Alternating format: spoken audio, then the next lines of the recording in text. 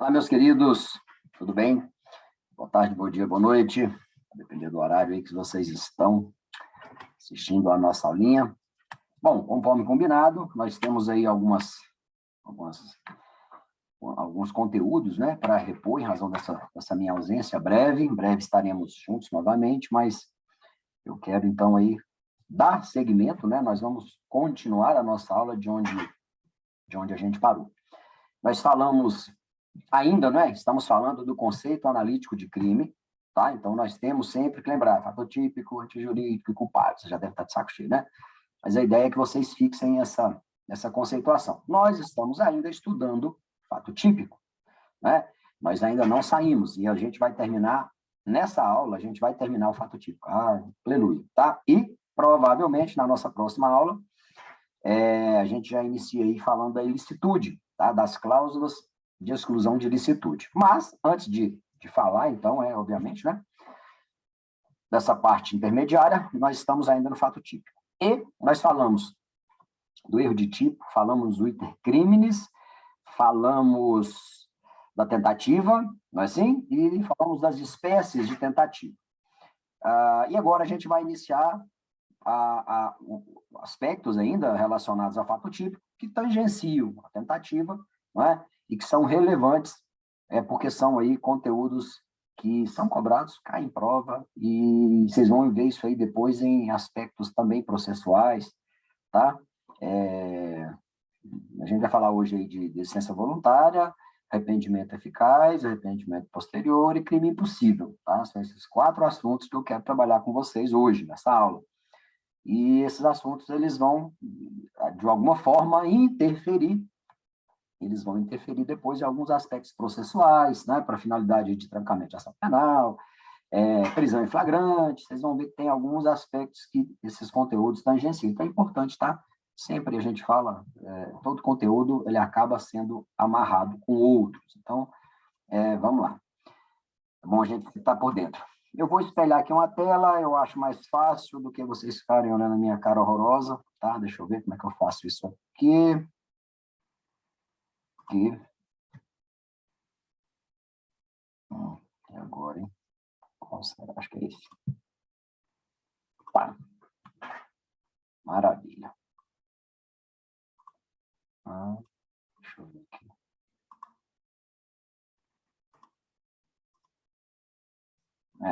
Acho que é isso. Vou colocar isso aqui bem em cima, né? Para não atrapalhar. Como eu já tinha dito a vocês, nós vamos iniciar, então, conteúdo por desistência voluntária e arrependimento eficaz. Pessoal, nós já estudamos aí alguns artigos, né? Em que há, óbvio, falamos do artigo 18, falamos do artigo 20, nós falamos de vários artigos e a gente volta agora, ainda, né? Estamos ainda no fato típico, nós voltamos agora no artigo 15. E aí tem o agente que voluntariamente desiste de prosseguir na execução ou impede que o resultado se produza, só responde pelos atos já praticados. Bom, veja bem, essa regra do artigo 15, ela não precisaria sequer existir. Não é? Quando nós falamos com vocês lá do crime tentado na tentativa, o artigo 14 do Código Penal traz lá aquela redação de que o crime é tentado quando, iniciada a execução, ele não se consuma por circunstâncias alheias à vontade do agente. Não é? Então, assim, mesmo que não houvesse esse artigo 15, não precisava do legislador ter perdido tempo para falar disso aqui. Por quê? Se uma circunstância que permitiu que o crime não se consumasse está relacionada à vontade do agente, não existe a perfeita adequação, tá? Na tentativa, porque não é uma circunstância alheia. Não é assim? Então, eu teria, obviamente, que imputar o resultado do crime de forma antecedente, ou seja, sem o dolo, porque se essa situação não perfaz a tentativa, eu posso dizer na tentativa de homicídio, por exemplo. Eu teria que ficar com a conduta antecedente, tá? Mas aí o artigo 15, para não deixar nenhuma dúvida, tá? Para não deixar nenhuma dúvida, ele vem e traz essa regrinha aí para nós, tá? Então, tentativas abandonadas. E aí, aqui começa a problemática da coisa. Nomenclaturas. Tentativa abandonada é o nome que a doutrina dá para as condições previstas aí no artigo 15. Tá? Então, tanto o arrependimento eficaz quanto a desistência voluntária, ambas são tentativas abandonadas. E aí vocês imaginam, está duplicada a palavra tentativa, mas enfim, é uma só, tá? Tentativa abandonada. Consumação do crime não ocorre em razão da vontade do agente. Aqui é o pulo do gato. Tá? Veja, para se falar em crime tentado, eu preciso de que as circunstâncias que não permitiram a consumação sejam circunstâncias alheias à vontade do agente. É assim? Se as circunstâncias não são alheias, eu não falo em tentativa. Por isso que aqui a nossa tentativa abandonada, a gente tem a não consumação do crime em razão da vontade do agente. Ele ou desistiu ou ele agiu para impedir a consumação do resultado. Tá? Difere da tentativa, porque aqui não houve circunstância alheia à vontade do agente como impedimento à consumação. É isso que a gente está falando com vocês, a gente reitera, né? A gente tem que ter essa ideia da perfeita adequação para se falar em um fato típico. Assim? Então, temos lá, fato típico, conduta, tipicidade, resultado e nexo causal. A perfeita adequação, quando eu não tenho, né, e na tentativa eu não tenho a perfeita adequação, que nós falamos de adequação por subordinação imediata, assim, que é a lei encaixando no fato, sem necessidade de uma outra regra. Na tentativa eu não tenho isso, na tentativa eu tenho uma subordinação, uma adequação típica por subordinação imediata. Né? Na tentativa eu tenho uma adequação típica por subordinação imediata, ou seja, eu preciso de uma norma. E aí, na tentativa, eu tenho a circunstância alheia à vontade do agente. Tem que ficar muito claro isso, tá? Porque isso é cobrado de diversas maneiras, tá? Então, tentativa abandonada, você vai lembrar do artigo 15, você vai lembrar que a pessoa ou ela, de alguma forma, cessou a sua ação ou ela fez algo para não continuar na prática daquela conduta, tá? E é assim que você faz a análise. A doutrina classifica essa possibilidade aí como a ponte de ouro. Von Litz era um alemão e ele criou essa ponte de ouro. Como é que é isso aqui? Como é que ele deu esse nome?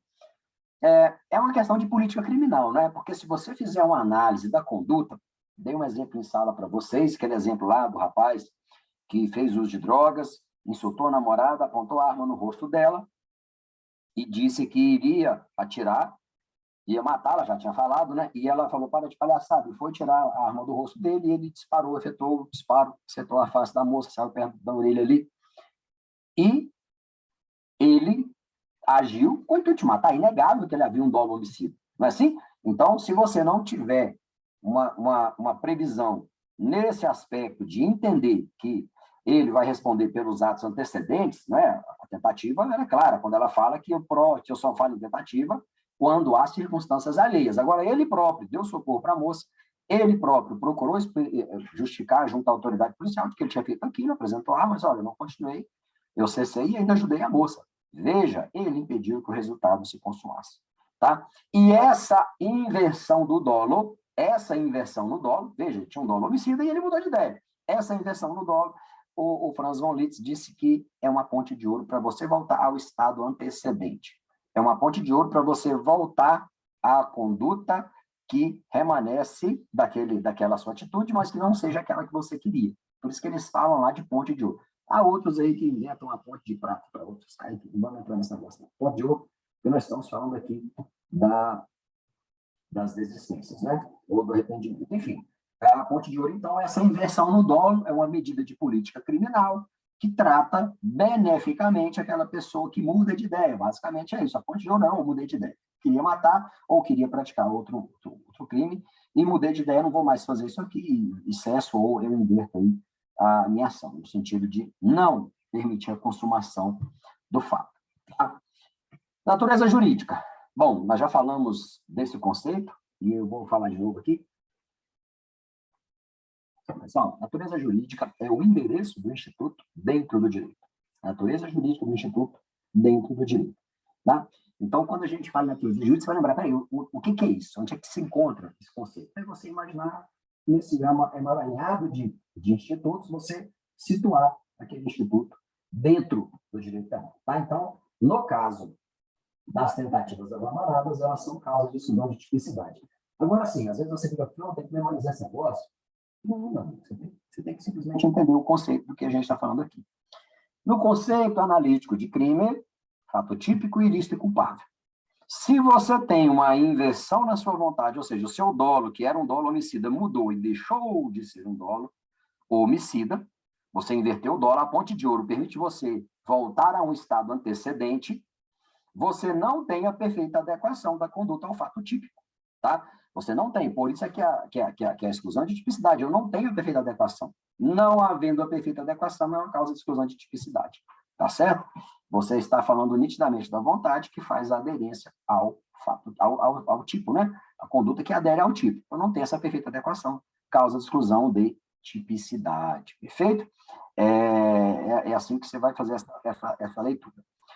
Bom, defesa voluntária caracteriza-se por uma conduta negativa. Essas peculiaridades, elas caem, pronto, tá? Então, defesa voluntária, uma conduta negativa. Essa conduta negativa, pessoal, é o parar, é o cidadão tá agindo e ele para, ele cessa a agressão, tá? Ele cessa a agressão.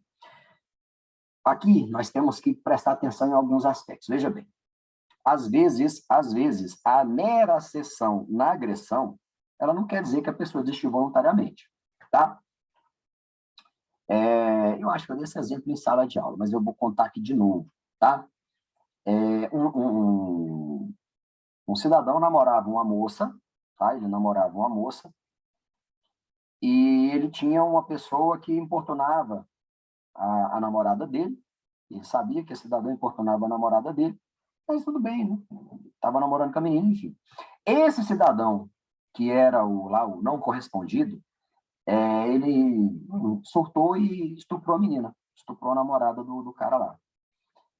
Como eles se conheciam, ele resolveu matar a moça, tá? Para que ela não contasse a história, ele conhecia, ele ia contar. E ele efetuou 2 disparos, encontrou essa menina, estuprou, obviamente, com ameaça, com arma de fogo, mandou ela descer do carro. Quando ela desceu do carro, ele deu um disparo nas costas da moça, ela caiu, ele desceu do carro, foi lá e efetuou um disparo na cabeça da moça, tirou na cabeça dela. E aí, ele saiu do carro, fez esse disparo na cabeça, entrou no carro, foi embora, deixou a menina lá, tá? A menina não morreu, ela não morreu.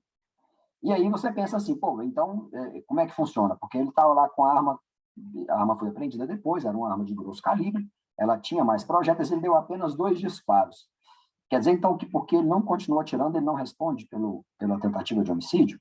Não é assim, a defesa voluntária não é você dar 1, 2 disparos e mudar de ideia. Não é só você cessar. É você ter a consciência de que você está interrompendo uma conduta e, por causa disso, o resultado não se consome. Então, é necessário uma análise mais criteriosa, porque muitas vezes a gente vê teses de defesas no júri em que os advogados querem, olha, ele deu 3 facadas no rapaz e parou. Olha, não continuou não, então ele não responde pelo crime. Olha, estava brigando, deu pauladas na pessoa, ela caiu no chão e ele não foi lá para dar mais pauladas. Então, ele desistiu, ele não continuou, ele parou. Não é assim. A análise que a gente faz da defesa voluntária, a pessoa tem que ter uma ciência de que aquela sessão, daquela conduta, é relevante para que aquele estado não proceda, não ocorra, tá? Para que aquele estado não ocorra. Então, qual é a análise que você vai fazer aqui? Não é só a sessão de atos, não é só você parar, eu estou dando tiro, parei de dar tiro, não. Se os tiros que você deu, por si só, podem dar causa ao resultado morte, você está praticando uma conduta que configura como tentativa.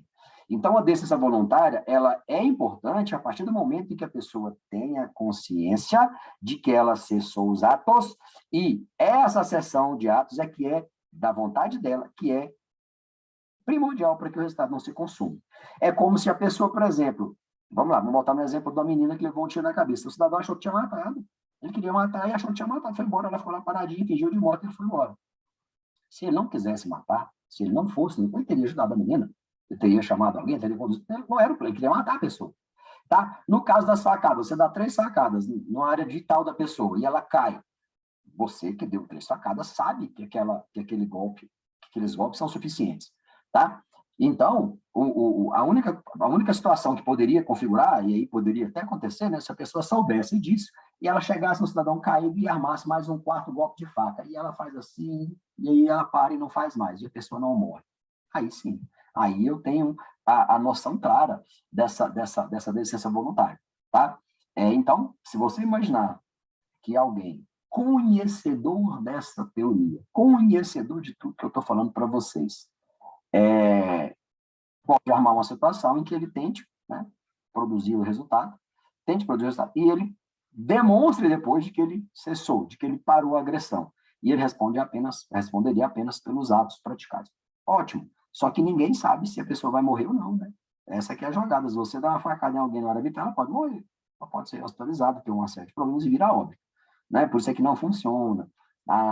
Não dá para você armar uma situação assim. Mas a análise é feita por esse aspecto, tá? Uma sessão de conduta, e essa sessão de conduta tem que ser suficientemente hábil a não permitir a consumação do resultado. E a parte que parou tem que saber disso, tá? Então, não caiam nessa aí de achar que, olha, parou, deu 10 disparos, deu 5 disparos e não deu mais e é decência voluntária. Não. A decência voluntária é algo que você percebe que você podia continuar agindo e você decide parar, tá? Essa é a ponte de ouro. A ponte de ouro é você perceber que você pode continuar agindo, você pode continuar agredindo o bem jurídico tutelado e você para. Parei, aí é outra coisa. Aí tem a ponte de ouro, aí tem essa exclusão da tentativa, né, e fica somente naquela conduta antecedente, né, nos crimes anteriores. Tá? Arrependimento eficaz. Após a prática dos atos executórios suficientes à consumação do crime, o agente adota providências aptas a impedir a produção do resultado. Veja que é diferente. É diferente. Decência voluntária há uma conduta negativa, ele para. Tá? Decência voluntária, a conduta negativa, ele fica lá quietinho, opa, parei. Posso continuar? Posso. Posso continuar agredindo o bem jurídico tutelado ali? Posso. Mas eu não quero. Tá? Decência voluntária. Arrependimento eficaz. Ele fez tudo que podia. Só que, depois de agir, ele mudou de ideia e ajuda, ele age, ele provoca determinada ação da causa, a determinada ação que vai impedir o resultado. É importantíssimo aqui você ter em mente que é imprescindível que essa ação de impedir a produção do resultado seja realizada por quem agiu, tá? Porque se for terceiras pessoas, a turma do deixa disso, como eu disse, ou seja, o pessoal que intervém, que socorre, não é arrependimento eficaz, não. Tá? Não é não. Arrependimento eficaz é a pessoa agindo, tá certo? Se você não tem o agente tomando uma conduta de impedir a produção do resultado, você não fala, então, em desistência, em arrependimento eficaz, tá? Não fala, não. Perfeito? É assim que a gente faz aí o raciocínio desse instituto, tá? Cabível apenas nos crimes materiais. Gente, falamos com vocês lá no início do nosso curso, a classificação de crime material, crime formal e crime de mera conduta, tá? Como sempre, né, é necessário a gente conhecer. Então, quando nós falamos em crime material, são aqueles crimes, e eu até falei também, né, o crime plurissubsistente, que é o crime em que eu posso cindir a conduta do resultado, ou seja, é possível você imaginar uma tentativa. Cabe tentativa nesses casos, tá? O exemplo clássico, homicídio, roubo, extorsão é um crime formal, né? Extorsão também é formal. Vamos lá. Estupro, crimes materiais. Crimes materiais são aqueles crimes em que a gente tem a possibilidade de cindir a conduta de forma que você inicie a produção dos resultados e impeça, tá? E que incida, então, circunstâncias que podem aí impedir essa consumação. Se as circunstâncias forem alheias, eu falo em tentativa. Se as circunstâncias forem inerentes ao agente, eu falo em tentativa abandonada, seja na desistência voluntária, seja no arrependimento eficaz, tá? Se você imaginar um crime formal, ou um crime de mera conduta, falei em sala de aula com vocês também, aquele caso lá do cidadão que mostrou a bunda, né, o pessoal da Rede Globo, o cara mostrou a bunda ali. Não tem como você falar em desistir daquilo ali. Como é que tem desistência ou arrependimento? Já mostrou, o crime já consumou naquele momento, o crime já está consumado. Tá? Então, o crime de mera conduta, ele se consuma com a realização do núcleo verbal. Realizou, consumou.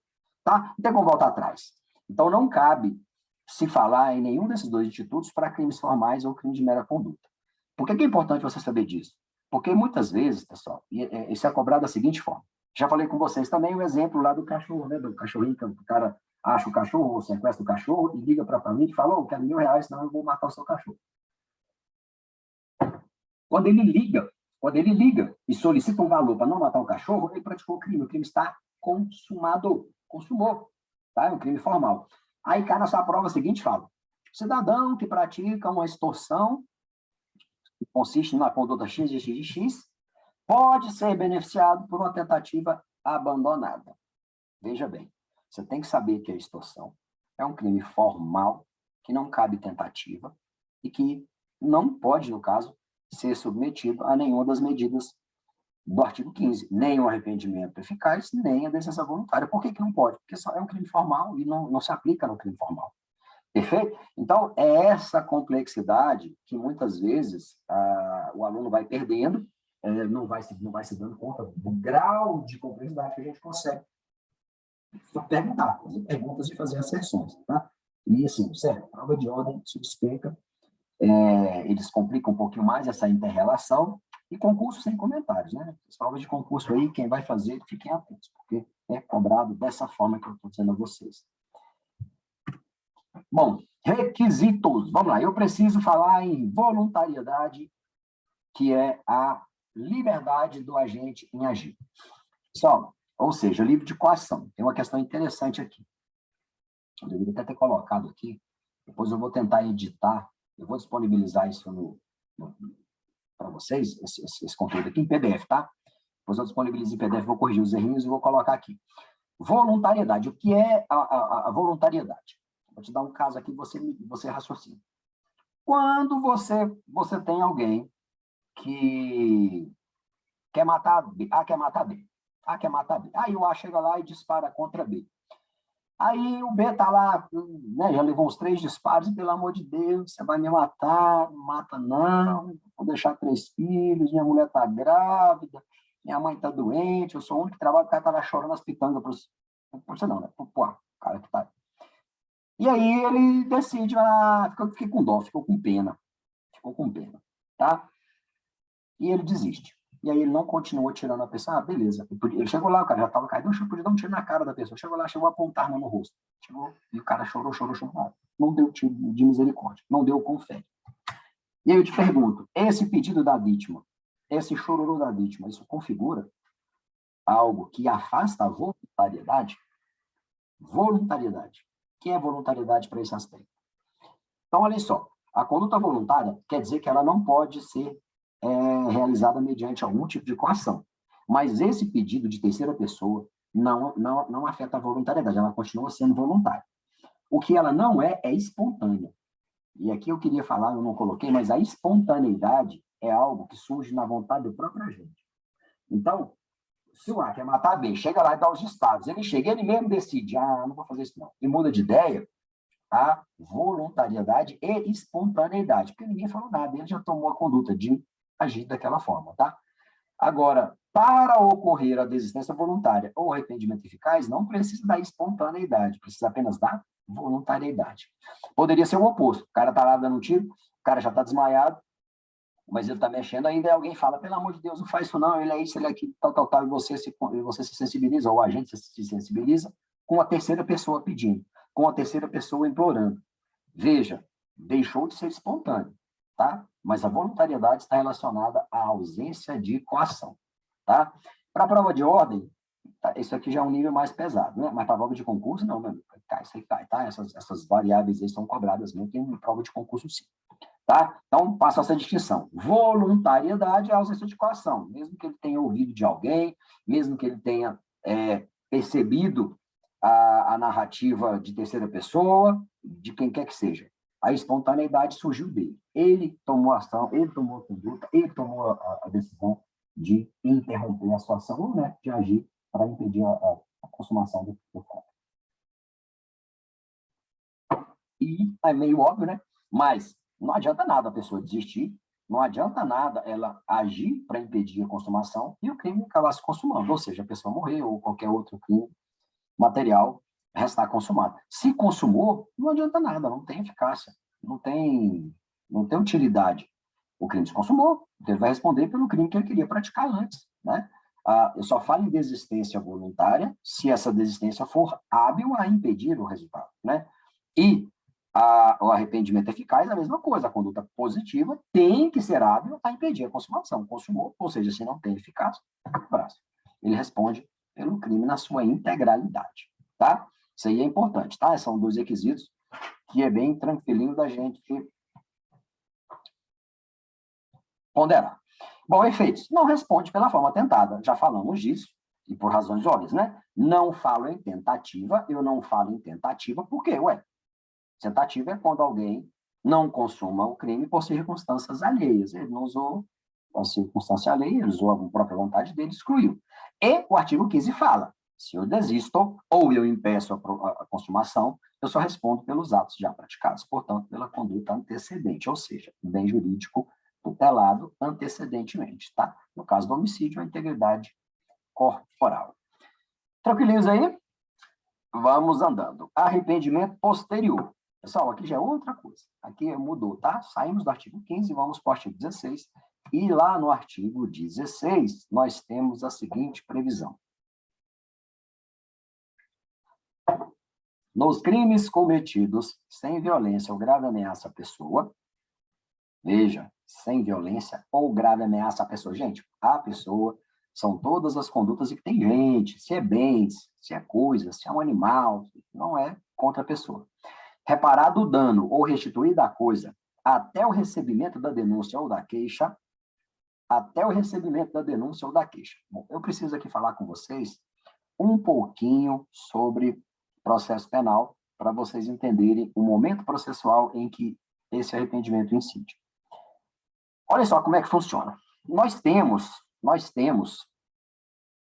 uma forma de persecução penal, né? Então, o Estado começa a investigar, seja por um termo circunstanciado, seja por um inquérito policial. Esse inquérito policial, que tramita, obviamente, presidido por uma autoridade policial, ele vai gerar um relatório, e esse relatório vai imputar o fato a alguém.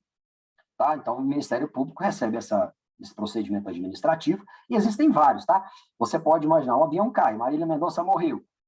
Como é queda de avião, existe um órgão da aeronáutica que investiga, o CENIPA. O CENIPA produz uma investigação, pode ser o CENIPA, pode ser a Comissão Parlamentar de Inquérito, vocês estão vendo aí, ela produz um relatório, aquele relatório pode ser utilizado para você propor uma ação penal. Então, qualquer procedimento administrativo pode dar causa à proposta de uma ação penal se houver evidências. Tá? Então, não é necessariamente inquérito policial em termos circunstanciados. Comissão de Valores Imobiliários, é uma autarquia que checa as ações, as transações relacionadas a valores imobiliários no Brasil. Gera Receita Federal, gera investigação. Pode propor? Pode. Então, qualquer meio de prova administrativa pode dar causa a uma ação penal. Beleza? Quando o promotor de justiça toma contato com aquelas evidências administrativas, ele vai analisar e vai ver, ó, tem crime. Se ele acha que tem crime, ele formula uma acusação, que chama-se denúncia. Tá? Denúncia é a peça inicial que o promotor de justiça apresenta para propor uma ação penal pública. Tá?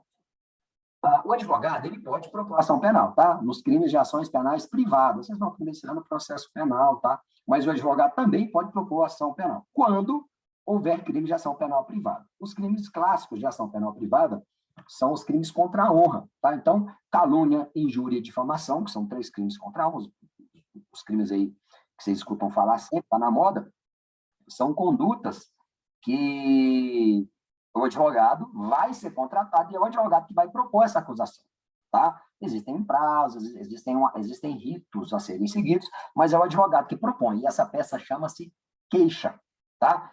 Queixa. Então, veja, eu tenho aqui uma previsão de um benefício que eu posso aplicar tanto a uma ação penal pública quanto a uma ação penal privada, tá? Uma ação penal pública, os crimes em que o Ministério Público propõe. Uma ação penal privada são crimes que o advogado propõe, tá? E vocês vão ver isso depois, mas denúncia remete à ação penal pública, sempre, tá? Podem associar isso aí, anotem.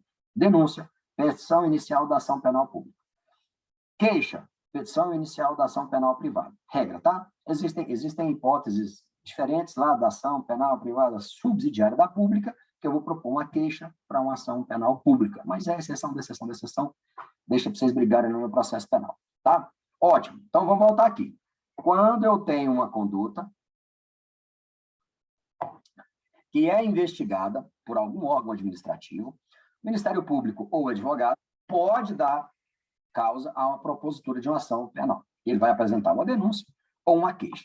Beleza. Quando o Ministério Público ou o advogado propõe essa ação penal, o juiz vai olhar. Ele vai olhar. Se ele entender que existem autoria, materialidade, existem os elementos necessários para o andamento regular dessa ação penal, ele recebe essa ação. Quando ele recebe, gente, receber não é o ato do juiz pegar na mão dele, não é. Quando o promotor ou o advogado propõe essa ação penal, ele protocoliza, ele vai lá no tribunal, hoje é tudo eletrônico, você abre o site do tribunal, você já tem a sua petição em formato PDF, você pega aquele PDFzinho, vai preencher documentos lá para dar nome, CPF, papá. Quando você clicar no botãozinho de enviar, assinou a sua petição eletrônica lá com seu token, isso vai gerar um protocolo e essa ação está protocolizada, só que isso não é recebimento. Recebimento é um ato judicial que o juiz vai ler a sua petição e ele vai falar, meu irmão, esse negócio aqui está errado, meu irmão, tem mutreta, tem rolo. Aceito. Aí ele vai dizer assim, preenchidos os pressupostos, né, formais, ele vai olhar todas as variáveis, né, que não é material, você não vai entrar. Mas ele vai dizer, ó, tá preenchidos os pressupostos de regularidade e de validade para a propositura da ação penal, recebeu a denúncia. Quando ele recebe a denúncia ou recebe a queixa, a pessoa se torna ré ou réu, depende do sexo, mas vira réu. Virou réu, recebeu. Pessoal, recebeu a denúncia, não cabe mais o arrependimento posterior. Isso aqui é importantíssimo, tá? Porque se cai em prova, geralmente muita gente erra porque confunde. O oferecimento, eu não falei isso, mas o oferecimento da queixa-crime ou o oferecimento da denúncia é aquele protocolo que você faz. Você está oferecendo a queixa-crime ou o Ministério Público está oferecendo a denúncia. Então, olha só a diferença.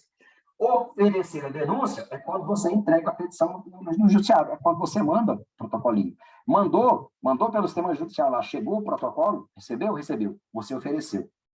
Esse oferecimento é importantíssimo para outras coisas que vocês vão aprender um pouco mais para frente, tá? Semestre que vem vocês vão aprender lá que tem um probleminha aí, que você tem que saber isso, do oferecimento. E o recebimento é o ato judicial pelo qual o juiz fala, ó, beleza, esse cara aqui está devendo, não tem mutreta, recebo. E ele vira réu. Nesse momento em que a pessoa vira réu, a partir desse momento, não cabe mais a incidência do arrependimento posterior. Tá? Para alguns crimes. Depois a gente excepciona. Então, nos crimes cometidos sem violência ou grave ameaça à pessoa, reparado o dano ou restituído a coisa, ou seja, a pessoa tem que se arrepender, ela tem que indenizar. Arrepender que eu falo que ela, né, só vai indenizar se ela arrependeu. Se ela acha que está certo o que ela praticou, ela não vai fazer isso. Então, ela arrepende, vai lá e paga, restitui o prejuízo, repara o dano. Até o recebimento, tem que ser antes, até o recebimento. Recebeu, não cabe mais. Tem que ser antes do recebimento. Antes do juiz falar, beleza, tem mutreta. Compreendam esse momento, isso é importantíssimo, tá? Então, até o recebimento da denúncia ou da queixa, por ato voluntário do agente. E aí é uma causa de adição de pena de 1 a 2 terços. Pessoal, por ato voluntário, mais uma vez, volta aquela discussão. Voluntário não quer dizer que tem que ser espontâneo, tá? Então, você pode ter, por exemplo, um conselho do pai, da mãe, do advogado. Cara, paga esse negócio aí. Ó, indeniza. Vai lá, resolve esse problema, paga. Porque se você pagar, você vai ter uma causa de adição de pena grandona aí. Tá? Então, esse arrependimento posterior, ele cabe, tá? Desde, obviamente, que preencha os requisitos. Indenize esse prejuízo até o recebimento da denúncia e seja, obviamente, voluntário. Né? A pessoa que queira fazer isso aí. Não pode ser algo feito por terceira pessoa. Se há voluntário do agente, tem que ser ele que tem que fazer. Se a mamãe correr lá e pagar, pode até, né, você pode fazer prova de que ele pediu, enfim, é uma questão de prova, mas, em tese, tem que ser voluntário de quem praticou a conduta, de quem agiu, tá? Natureza jurídica, já falamos do conceito, né, o endereço de seu direito é a causa obrigatória de redução de pena. Se você analisar aqui, ó, a pena será reduzida de 1 a 2 terços, a lei obriga que haja uma redução da pena, ou seja, se você indeniza, repara o prejuízo antes do recebimento da denúncia, para crimes que não têm violência ou grave ameaça à pessoa, você tem uma redução da sua pena, de 1 a 2 terços, né? É uma redução significativa, uma redução muito boa, né? A pena já cai, vai lá para baixo, tá? E assim, então, que você vai analisar. Aqui é uma causa obrigatória de redução de pena, tá? Semestre que vem, vocês vão estudar. Quando da dosimetria da pena, o juiz vai lá fazer aquele cálculo, né? Para imputar uma resposta penal e ele vai ser obrigado a reduzir a pena, ele é obrigado a reduzir a pena se a pessoa tiver provocado a reparação do dano até o recebimento da denúncia da queixa em crimes em que não há violência grave ameaça contra a pessoa. tocar o barco aqui. Requisitos. Estava lá no artigo, mas a gente tem que falar com vocês. Crime praticado sem violência ou grave ameaça à pessoa. E aí, esse conceito de violência é um conceito de violência que a gente tem que entender, porque alguns crimes, você vai pensar, mas não tem violência nesse crime aqui. Por exemplo, o cidadão sai para tomar um lanche, sai para comer alguma coisa, tomar uma cervejinha, qualquer coisa à noite, conhece alguém, esse alguém coloca alguma substância que dá sono, e essa pessoa dorme, e ao dormir essa pessoa subtrai carteira, cartão, tá? Subtrai bens dessa pessoa. E aí você pensa, ué, mas peraí, qual violência ou grave ameaça? Porque o cidadão colocou uma substância que fez a pessoa dormir, ela não resistiu, ela não tinha capacidade de resistência. Então, isso aí não é que violência. Pois é, pessoal, isso chama-se violência imprópria, tá? A violência imprópria é aquela que retira a capacidade de resistência da pessoa. Então, você tem que, obviamente, é um conceito que diz respeito a crimes em específico. Por exemplo, nós temos o roubo, que é a violência própria, em que a pessoa te anuncia com faca, pau, martelo, enfim, qualquer coisa que possa, ou nada, né? Pode ser simplesmente o tamanho, o número de pessoas que queria ser sem você, e aquilo é constrangimento. Ou o roubo mediante violência imprópria, que é esse que chama-se o Boa Noite Cinderela, né? O cidadão dá algo, a pessoa dorme e ela tem a capacidade de resistência reduzida, ou colocada a zero, né? Sem a capacidade de resistência, também configura violência. E aí eu não posso aplicar o instituto aí do arrependimento posterior. Por que não? Porque é uma forma de violência. Então, a violência imprópria é uma violência que não se pode permitir a incidência do arrependimento posterior, tá?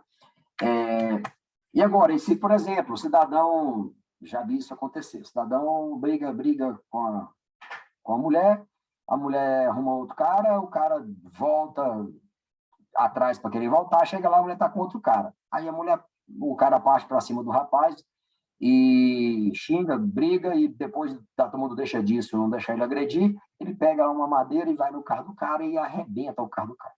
Destrói o carro da pessoa. E aí eu te pergunto, se ele pagar o prejuízo, vai incidir alguma redução de pena aqui, no caso? Vai, né? Porque a violência não foi contra a pessoa, a violência foi contra a coisa, tá? A violência contra a coisa não impede o reconhecimento do arrependimento posterior, tá? Então, a gente tem que estar sempre antenado com isso aí. Mas, se não tiver, obviamente, né, qualquer aspecto aí de violência ou grave ameaça contra a pessoa, pode aplicar tranquilamente. Eu coloquei em duplicidade aí, né? Porque eu coloquei aqui, requisitos, crime praticado sem violência ou grave ameaça à pessoa, reparação do dano ou restituição da coisa até o recebimento da denúncia. Bom, aspecto importante, pessoal,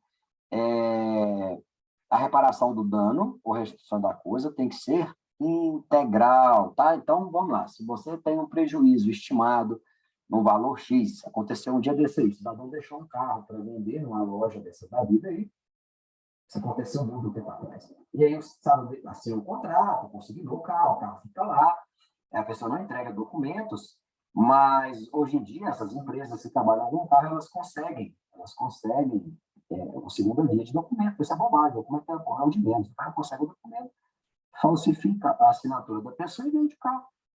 Precisa de um cartório reconhecer firma, tem a marcha toda, o cara vai lá no cartório, reconhece, o cara vendeu o carro do rapaz sem que, obviamente, né, ele tivesse recebido nada por aquilo.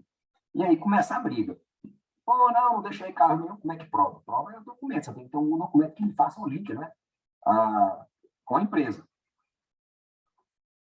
Como o cara foi esperto, o cara, além de ter o documento, ele filmou o carro dele, ele gravou a voz do cara, porque o cara negou, o cara que vendeu o carro disse que nunca tinha visto a pessoa, não, mas esse cara aqui não. A empresa mudou de nome, os caras mudaram a empresa de nome, como é que prova? O cara tinha sido bom. E aí, quando a batata ia assar, quando o inquérito já estava nos finalmente lá, que o advogado da empresa que deu cano um monte de gente, viu que não tinha para onde, ele falou assim, vamos pagar porque senão é melhor, pior. E aí ele pagou, mas não tinha mais dinheiro para pagar tudo e não pagou integral. Era um Honda Civic, que estava avaliado na época em 50 mil, e ele tinha apenas 35, ele pagou apenas 35. A defesa pugnou depois, né, para que fosse diminuída a pena, e eu me opus, falei, não, a reparação só vale se ela for integral. Como ele não pagou, um abraço, tá? E aí, olha só, Olha, isso aqui é importante você lembrar. Eu falei para vocês que o arrependimento posterior só vale se a indenização for antes do recebimento da denúncia, né? Então, veja, ele paga o valor, a denúncia vai ser recebida, porque existe o crime, o juiz recebe a denúncia e o processo segue. Lá na sentença condenatória, lá na frente, quando o juiz condenar, o juiz vai ter que reduzir a pena. Natureza jurídica é de causa, chama-se causa geral de redução de pena, né? Causa geral obrigatória de redução de pena. O juiz vai reduzir a pena. Aí o juiz, olha, peraí, mas deixa eu olhar esses requisitos aqui. Aí ele, olha, pagou pagamento integral? Não, então, não incide a causa de redução de pena, tá? E o cidadão pagou parte do prejuízo, mas não pagou integral, não vai, tá? Veja, é lá na sentença condenatória que o juiz vai reconhecer o arrependimento posterior que ocorreu antes do recebimento da denúncia. Gente, isso é algo que a gente tem que ter em mente, tá? Esse caminhar do processo. Lembre-se do inquérito policial, iniciou investigando, ou qualquer outro procedimento administrativo, há uma propositura da ação penal, denúncia ou queixa, o arrependimento posterior tem que se dar antes do recebimento, ou seja, antes do cidadão ter se tornado réu. Aí o feito vai andar, o processo vai caminhar, vai ter uma citação, audiência de instrução e julgamento, alegação final, o juiz vai e senta o sarrafo. Sentencia, condena, beleza, condenado. Aí ele vai analisar se o cidadão indenizou antes do recebimento da denúncia. Indenizou? Eu vou reduzir a pena. Tá? Então, a gente tem que ter em mente essa amplitude processual, tá? Porque faz, óbvio, né, total diferença para a sua compreensão do Instituto. Tá? Bom da aula gravada aqui, já não precisa de abrir pergunta, você pode parar, voltar, ouvir de novo, né? Você vai mais tranquilo aí. Tranquilos? Vamos andando.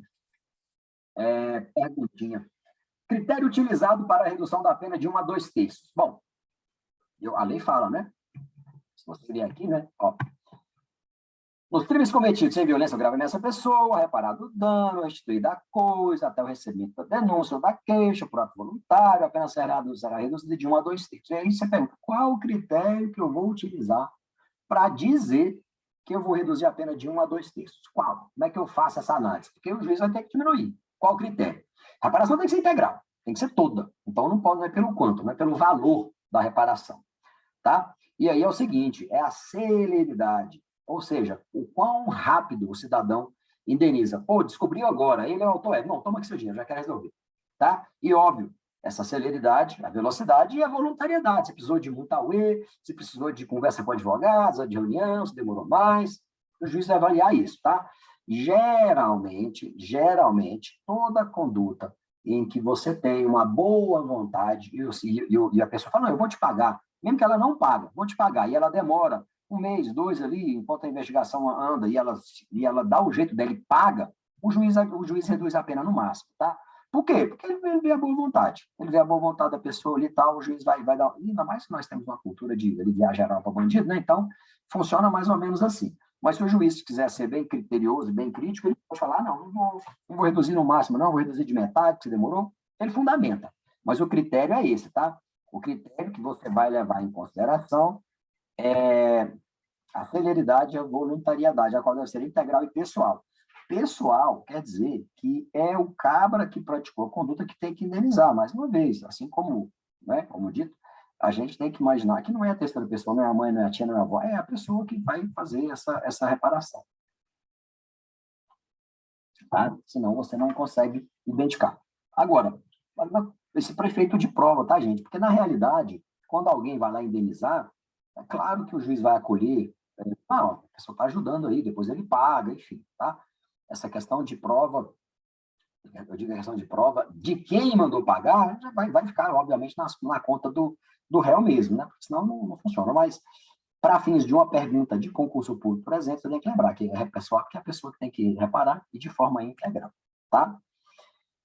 Já falamos disso aqui, né? Reparação do crime sem violência ou grave ameaça à pessoa, quando eu fiz a leitura lá, e até o recebimento da denúncia, que já tínhamos apontado. Agora, tem uma questão interessante, tá? Porque há alguns crimes, para alguns crimes, a jurisprudência muda tudo, tá? Brasil, questões de política criminal, Supremo alivia geral. Eu trouxe esse exemplo porque isso está tendo muito concurso aí e é interessante a gente já trabalhar esses aspectos desses institutos relacionados. O estelionato é um crime em que alguém utiliza de ardil, de algum falso, para enganar alguém, né, para receber alguma graninha, algum cascalho, não é? Só que existem outras modalidades de estelionato. Uma outra modalidade de estelionato é quando a pessoa dá cheque sem fundo. Hoje está praticamente, não tem mais utilidade o cheque sem fundo, tá? É muito raro acontecer, mas ainda existe o instrumento, ainda existe a súmula também está válida.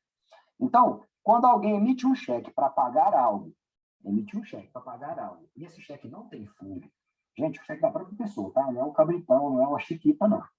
É o cheque da própria pessoa. E ela emite, esse cheque não tem fundo, isso configura estelionato, tá? Isso configura o estelionato. Está lá no artigo 7º, parágrafo, separado, segundo, sei lá, inciso 6º, enfim, está lá no finalzinho lá. Mas é crime. E aí, o STJ, o Supremo veio que assume e disse assim, o pagamento de cheque emitido sem provisão de fundos após o recebimento da denúncia, olha só, após o recebimento da denúncia, não obsta ao procedimento da ação penal. Olha isso, olha essa súmula. A súmula fala, olha, o que é o recebimento da denúncia? Nós falamos agora há pouco. Recebimento da denúncia é o ato pelo qual o juiz, analisando a queixa-crime ou a denúncia, aqui no caso, a denúncia do Ministério Público, o estelionato é um crime, agora mudou, né? Era de ação penal pública incondicionada, agora é um crime de ação penal pública condicionada à representação. Então, hoje, a denúncia do Ministério Público, quando for proposta, e o juiz recebeu a denúncia, veja, se você faz o pagamento após o recebimento da denúncia, o processo vai continuar andando. Ou seja, não obsta o prosseguimento, ou seja, o processo vai continuar até o final. Por que essa súmula é interessante? Porque a interpretação que a jurisprudência deu é ao contrário. Veja, o nosso instituto, o arrependimento posterior, qual era o instituto? O instituto é isso aqui, ó. No artigo 16. Crimes cometidos sem violência ou grave ameaça. O estelionato é um deles. Reparado o dano, reparou, beleza. Antes do recebimento, beleza, a pena será reduzida de 1 a 2 terços. Veja, pena reduzida de 1 a 2 terços. Só que a súmula do Supremo, ela traz a ideia de que, se você pagar o prejuízo no crime de estelionato por emissão de cheque sem fundo antes do recebimento da denúncia, obsta o procedimento da ação penal. E aí não é causa de redução de pena, e sim causa de extinção da punibilidade, ou seja, não vai ter processo. A interpretação contrário senso é aquela que a gente faz uma análise reversa. Ou seja, a súmula diz, pagamento de cheque emitido sem previsão de fundo, após o recebimento da denúncia, não obsta o procedimento da ação penal. Ótimo. Agora, se você pagar o cheque, o estelionato, de emissão de cheque sem provisão de fundos, antes do recebimento da denúncia, obsta. Essa é a interpretação. Então, obsta. Se obsta, eu não vou ter mais ação penal. Não vou ter mais ação penal. Essa aqui é o raciocínio que cai em prova, e de prova de concurso cai bastante. Tá? Já vi isso várias vezes. Então, pagou, se você advogado patrocina um cliente que deu um cano em alguém dando cheque sem fundo, se ele pagar o prejuízo antes do recebimento da denúncia, não vai mais ter ação penal. Não vai mais ter ação penal. Tá? É assim que funciona. É assim que você vai entender. A interpretação contrário senso. Após o recebimento da denúncia, não obsta. Agora, se for antes, obsta. Se for antes, obsta. Então, pagou, não é redução de pena, é causa de extinção de punibilidade. Não vai haver ação penal. Tá? Não vai haver ação penal. Tem mais um. Peculato culposo. Pessoal, peculato é aquele crime que a pessoa... Peculato é uma espécie de furto, tá? Só que é o furto do funcionário público. É o cara que dizia que subtrai bens públicos, tá? Então, peculato é o furto do funcionário público. Não existe furto culposo, tá? Para nós réis mortais aqui que nós estamos em exercício, não há furto culposo. Mas há o peculato culposo. Peculato culposo é quando alguém se apropria de algo em razão de erro, de descuido, de alguma circunstância. E é engraçado isso, né? Como é que é bem público, a gente apropria culposamente, bem dos outros não. Pois é a lei, né? Você vê como é que é fácil afanar coisa pública. Mas, enfim, o peculato culposo é aquele em que o cidadão, por inobservância do dever objetivo de cuidado, dá causa a uma situação em que gera prejuízo para a administração e tem algo, mas eu não queria subtrair, tá? É de forma culposa, é por erro, tá? E aí, nesse caso, a lei traz a seguinte narrativa. No caso do parágrafo anterior, que é o peculato culposo, a reparação do dano, se precede a sentença irrecorrível, extingue a punibilidade. Se ele é posterior, reduz a pena de metade, tá? Então, é assim, Peculato culposo pode ser dado duas soluções, né? Uma é... Não, eu vou voltar porque é mais fácil explicado aqui. Veja, são duas hipóteses, duas. Uma delas é você pagar o prejuízo até o trânsito em julgado. Veja, peculato culposo, reparou o dano, antes da sentença irrecorrível. Gente, sentença irrecorrível é até o trânsito em julgado.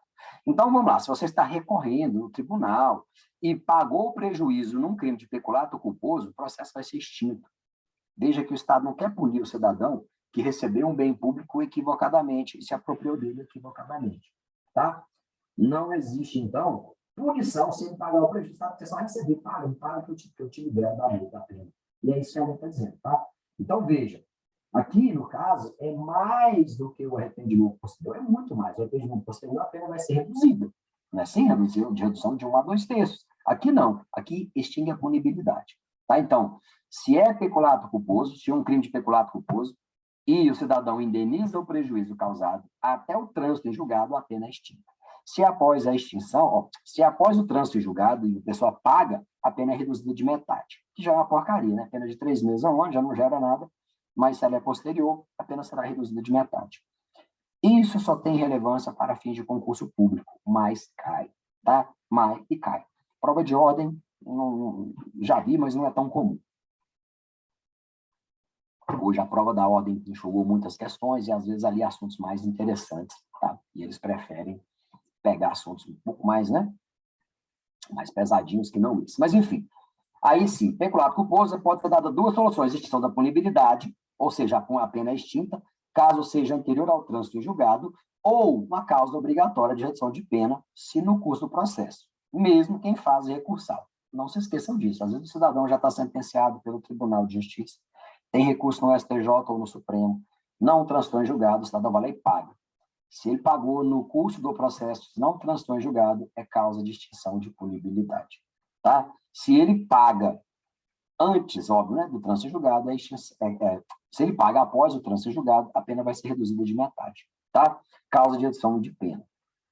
É muita informação, mas eu sugiro que estudem, que lembrem, tá? Porque para concurso, meu querido, é lindo ver isso aqui, tá? Porque muitas vezes você vai ver, eu já vi questões em que eles fazem uma confusão entre o arrependimento posterior, tá? E essa causa de extinção de punibilidade do peculato culposo.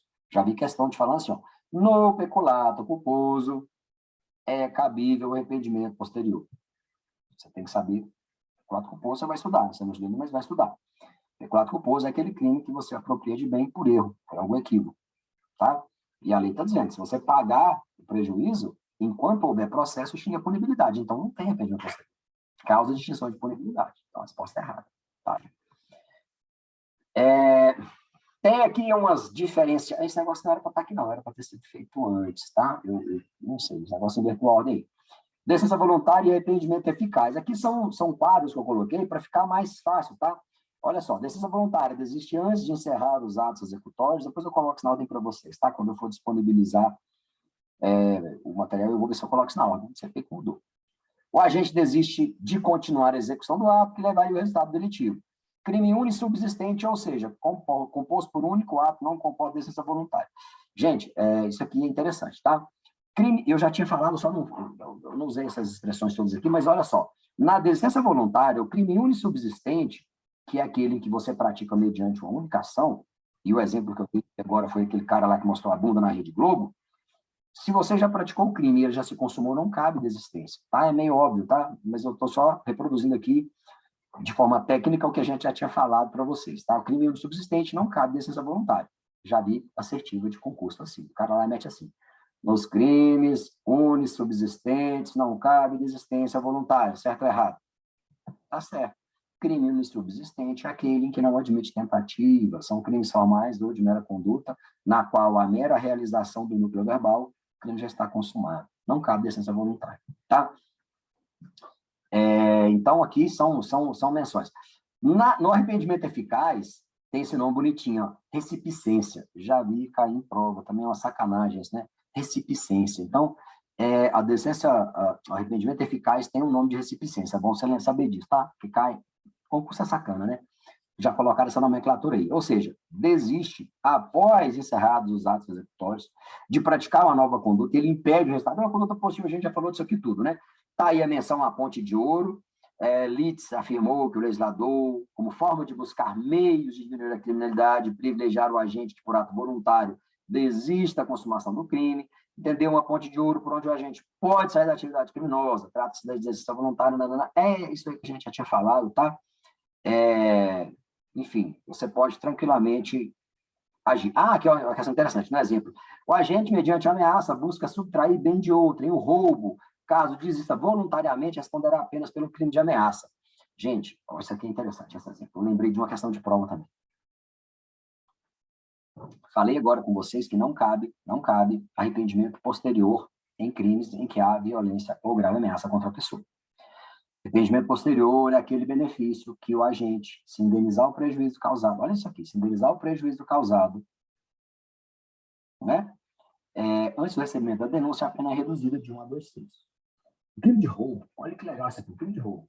Se alguém está te roubando, roubou, pegou seu celular, saiu, andou, sei lá, 100 metros, mudou de ideia e voltou para te devolver o bem, não tem arrependimento, olha que assim, não tem arrependimento posterior. O crime já se consumou. Se o crime se consumou, a reparação do governo, a coisa, não existe o arrependimento posterior. Não tem, tá? Você não tem como. Agora, a mudança de ideia no caso do roubo tem que ser na hora. Tipo, se o cara acabou de pegar o bem, não quer não, então você, somos da minha frente. E devolve o bem na mesma hora, antes do crime se consumar, né, antes dele sair, antes dele, né, ter... E é até complicado falar isso, porque a consumação do crime de roubo, pela teoria da amócio, ele se consuma quando há inversão da posse, não desenvolve já. Mas é um exemplo aqui complicadíssimo da gente fazer a distinção do arrependimento posterior e da decisão voluntária, tá? Porque se for em cima da hora, no mesmo momento que ele devolve, tudo bem, vai responder apenas pela ameaça, pelo constrangimento ali, né? Mas é uma questão interessante de você raciocinar, principalmente associado às teorias relacionadas à consumação do crime de roubo, tá? A diferença dele... Tá? Não, enfim, esse negócio aqui não ficou correto, tinha que ter sido alterado, tá? Para a gente falar da diferença dos 3 institutos. Mas, enfim, nós já falamos dessas variáveis, tá? De uma e da outra. E vamos para o nosso último conteúdo já. Crime impossível. Crime impossível, tentativa inidônea, tentativa inadequada, tentativa impossível. Parece que é sacanagem, mas olhem só. Essa nomenclatura cai em prova. Você tem que lembrar. E nenhuma delas é tentativa. Tentativa inadequada não é tentativa. Tentativa impossível não é tentativa. Por que não é tentativa, gente? Porque não tem fato típico. Não tem. Já vai lá já. Tentativa inidônea não é tentativa. Então, tem o nome de tentativa, mas não é tentativa. Cai em prova e cai muito. Tá? Coloquei todas essas nomenclaturas aí porque aparece, tá? Então, você tem que lembrar. Tentativa inidônea, crime impossível. Tentativa inadequada, crime impossível. Tentativa impossível, crime impossível. Tá? Artigo 17. Não se pune a tentativa quando, por ineficácia absoluta do meio ou por absoluta impropriedade do objeto, é impossível consumar-se o crime. Olha só. Não se pune a tentativa quando, por ineficácia absoluta do meio ou absoluta impropriedade do objeto. Primeira coisa, absoluta, não dá para falar em relativo aqui, tá? Eu vou postar lá o nosso exercíciozinho lá, a bombinha de novo, né, para vocês se divertirem, o grandão, e aí vocês vão ver lá que vai ter um exercíciozinho em que vocês vão ter que analisar isso aqui. Eu vou te fazer uma pergunta para que você memorize bem esse aspecto. Você tomaria um veneno vencido? Veneno venceu em 2010. Veneno para matar ratos. Você toma. Você toma só uma colherzinha, meia colherzinha de chá. Você toma. Crime impossível é a mesma coisa. Tem certeza que ninguém vai tomar veneno vencido aí. Você não é doido? Porque o veneno vencido não quer dizer que ele perdeu o efeito. Então, a ineficácia do veneno vencido, ela não é absoluta, ela é uma ineficácia relativa. Tá? Do mesmo modo que você toma um remédio vencido. O remédio vencido ele tem uma eficácia menor, segundo o fabricante. Ele garante uma eficácia perfeita no prazo de validade. Vencer, ele tem efeito. Tem, claro que tem. Reduz? Não sei, às vezes nada, às vezes pouco. Mas o que você tem que ter em mente é que, para se falar em crime impossível, para se falar nas tentativas inidôneas, inadequadas, tentativa impossível, você vai lembrar que a ineficácia tem que ser absoluta. Tem dúvida se não é absoluta? Não é crime impossível. Tá? Você tem que ter certeza de que aquilo não vai funcionar. Então, vejam, vou dar um veneno vencido para tentar matar alguém, é crime impossível. Não, meu amigo, não é crime impossível. tá? O crime impossível pressupõe que você esteja utilizando, seja o meio, seja totalmente ineficaz, seja o objeto totalmente impróprio, tá? Mas é necessário vocês constatarem, nas duas hipóteses, essas variáveis aí, tá? É o emprego de meios ineficazes ou ataque a objetos que inviabilizam a produção do resultado, tá? Então, é 100%. Eu não posso ter absolutamente nenhuma possibilidade de aquilo dar certo, senão eu não falo em crime impossível, tá? Natureza jurídica, causa de exclusão de tipicidade. Mais uma vez, raciocínio jurídico da coisa aí. Natureza jurídica é o endereço do Instituto dentro do direito, né? Enfim, beleza. Como é que eu analiso isso? Bom, eu estou falando de fato típico. Eu estou falando de conduta, tipicidade, resultado e nexo causal ainda. Então, se eu tenho uma conduta que é impossível dar causa a um resultado, eu ainda estou no campo da tipicidade. Então, é uma causa que exclui a tipicidade. Aquela conduta não vai amoldar perfeitamente, porque é impossível. Tá? Então, a natureza jurídica é causa de exclusão de tipicidade. E aí, meus queridos, eu já tinha falado de um aspecto que agora tangencia de novo aqui, né, a tentativa, aqui não é uma tentativa, mas há um aspecto subjetivo, tá? Olha só, nós temos aí a teoria adotada, a teoria do difusor temperado, a teoria intermediária. Quando a gente fala de teoria, raciocínio em comum. A pessoa quer matar alguém, eu até dei esse exemplo já em sala, em outro contexto, né, mas eu vou dar de novo aqui. A pessoa quer matar alguém e dá um tiro em um cadáver. Ela quer matar o cidadão, mas ela chega lá, o cara já está morto, ela não sabia, o cara está sentado de bonitinho, o cara senta o dedo nele, ele é mortão, está morto já. Você consegue identificar que quando ele atira na pessoa, sem saber que ela está morta, ele tem um dolo de matar? Ele tem vontade de consciência de dar causa à morte? Ele não sabe que a pessoa está morta. Então, se a gente adotar essa teoria subjetiva, eu puniria. Porque quando ele atira numa pessoa que ele não sabe que está morto, aí ele tem vontade de consciência dele. Você pode até falar, mas é injusto. Se o cara atira no morto lá, mesmo sem saber, ele queria matar. Ele tinha que ser punido, tinha que ser uma peninha, nem que seja menor. Pode ser, é uma hipótese. Mas a opção legislativa brasileira foi a de falar, não, nós não vamos punir, tá? Para falar em tentativa, eu tenho que ter uma conduta, eu tenho que ter dolo, né, consciência e vontade, dirigir daquela finalidade, e o bem jurídico tem que ser lesionado. Eu tenho que ter um risco de lesão ao bem jurídico, senão eu não falo em crime impossível, tá? Eu não falo na tentativa, no crime consumado. Então, a teoria adotada aqui é a teoria objetiva temperada. Eu não preciso me preocupar com o dolo se eu não tenho a menor chance de ter o resultado, tá? Aqui eles excluíram esse aspecto do dolo.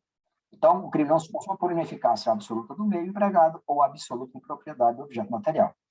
A pessoa vai matar alguém. Vamos lá, você verbaliza que quer matar alguém. Vou matar. E aí você está lá, vou matar como? Vou comprar um veneno. Aí você chega lá na loja do veneno para comprar o veneno, vamos supor que você vai comprar na casa da loja que vende aí produtos agropecuários. E lá vende ração para cachorro, para gato, vende veneno para coelho, vende veneno para... Enfim, vende tudo. E o cara te conhece. E aí você fala, cara, me dá o veneno para rato, que eu vou matar o fulano de tal e tal. E você contou a história pro cara. Aí ele, caraca, vai matar? Beleza. Aí ele vai e troca. Te dá uma caixa de veneno, mas coloca dentro do veneno, coloca bicarbonato. E te dá um pacote de bicarbonato dentro da caixa de veneno. Você leva para casa, coloca o bicarbonato no chá do guerreiro e põe lá e a pessoa toma. E a pessoa não morre. Veja, sua vontade era de matar. O dolo é homicida. Mas o objeto é absoluto. Quem vai matar alguém com bicarbonato, você dá uma bicada na cabeça, porque não mata. O bicarbonato vai ajudar o cara a digerir bem, enfim, não mata, não é veneno. Tá? Então, você tem que imaginar esse contexto. A impropriedade do meio tem que ser absoluta. Se houver média, se houver margem para a coisa funcionar, você não fala em crime. É impossível. Tá? E, do mesmo modo, o objeto material. Não tem como você praticar um homicídio contra quem está morto. Tá? Não há como você praticar uma conduta contra aquilo que é impossível. Há alguns aspectos relacionados ao flagrante, a gente tem alegações de crime impossível. Tá? Eu até já falei em alguns exemplos também. Imagine o caso em que você tem uma pessoa dentro de uma loja e você tem lá todo o circuito interno de câmeras em vários locais, seguranças na parte interna da loja olhando, esse setor de segurança lá com 3, 4 pessoas olhando as câmeras de TV. Aí o cidadão vai lá, subtrai vários bens, coloca na sua roupa, coloca na bolsa, enfim. E aí ele sai, paga a conta parcial e um monte de bem não foi pago. Quando ele sai, o cara aborda ele, opa, vem cá, amigo, vamos ali comigo. Vamos até aquela sala aí que eu preciso de ver. E aí o cara viu que está subtraindo, a defesa vai alegar, não, isso aqui é impossível. Como que esse cara vai consumar um crime se ele está sendo vigiado? Acreditem, isso já foi alegado e já foi deferido, tá? Já teve decisões no sentido de falar que isso era crime impossível. Até a jurisprudência se firmar no sentido de que não se trata de crime impossível. Porque os sistemas de segurança eles podem ser burlados, eles têm pontos cegos, a pessoa pode se distrair, não vê, então não é um crime impossível, tá? Hoje, sem choro nem vela, não tem que se falar, não há que se falar em crime impossível. Mas você tem aspectos em que você vai pensar nisso aí. Outra coisa, o policial, aí é uma questão de flagrante forjado, que a gente fala. Um policial, se disfarçando de viciado em drogas, ele chega para a pessoa e fala assim, cara, eu tô querendo comprar uma paradinha, você tem?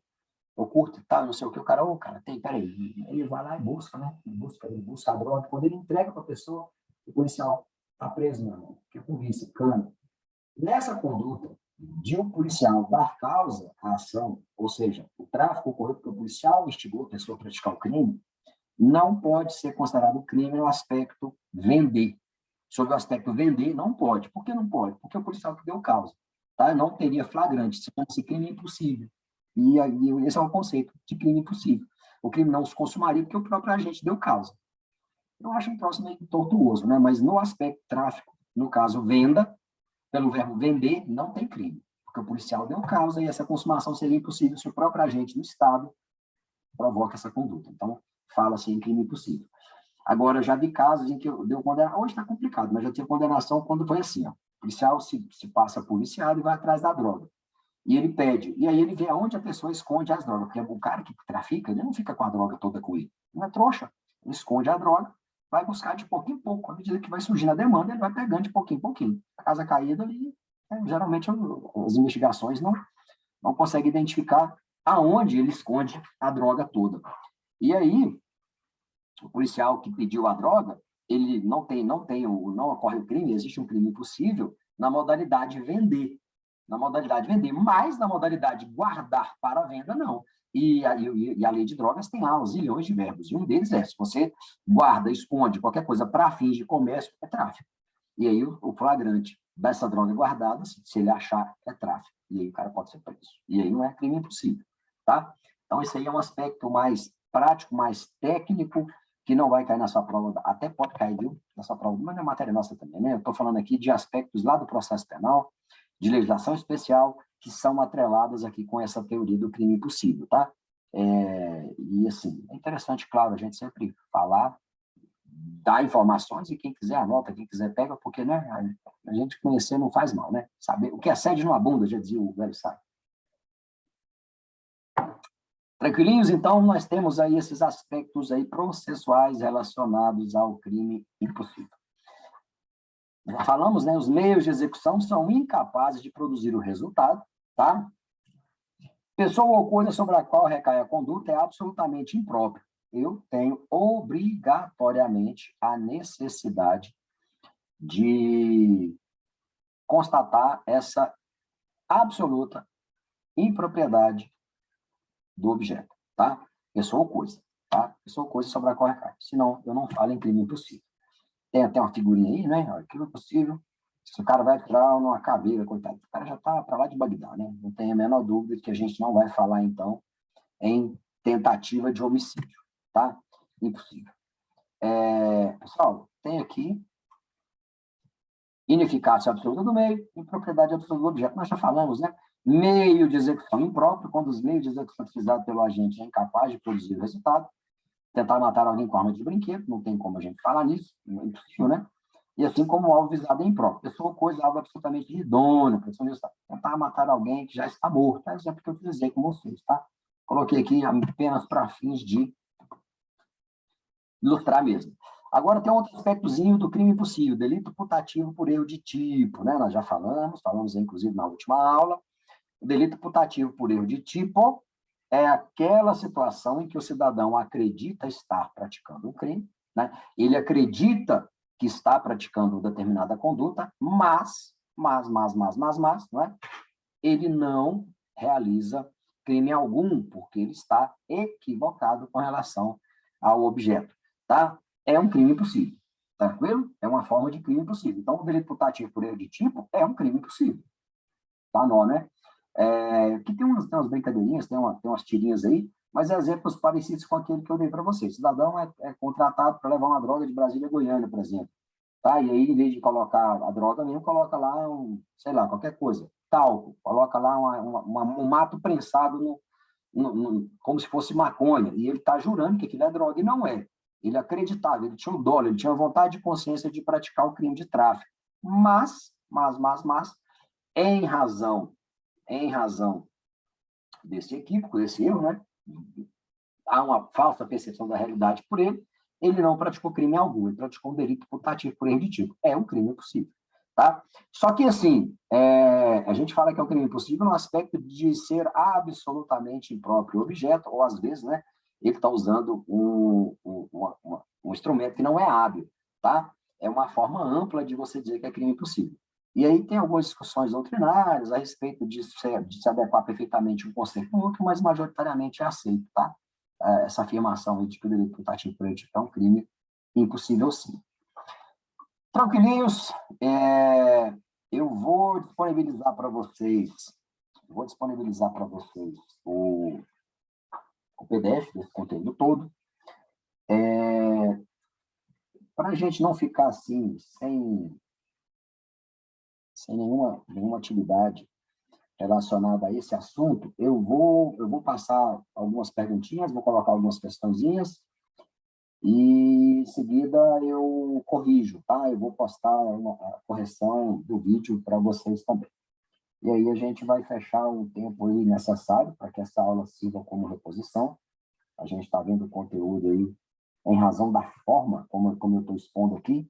Usar o slide, apresentar isso dessa forma, a gente faz isso de forma muito mais rápida, né? Se a gente faz sala de aula, você vai escrever, você abre perguntas, então a aula acaba ficando muito maior para falar do mesmo conteúdo, para falar do mesmo tópico. Quando a gente chega aqui, senta o sarrafo, essa aula aqui, tranquilamente, a gente precisaria de um tempo razoável para trabalhar todos esses conteúdos, tá?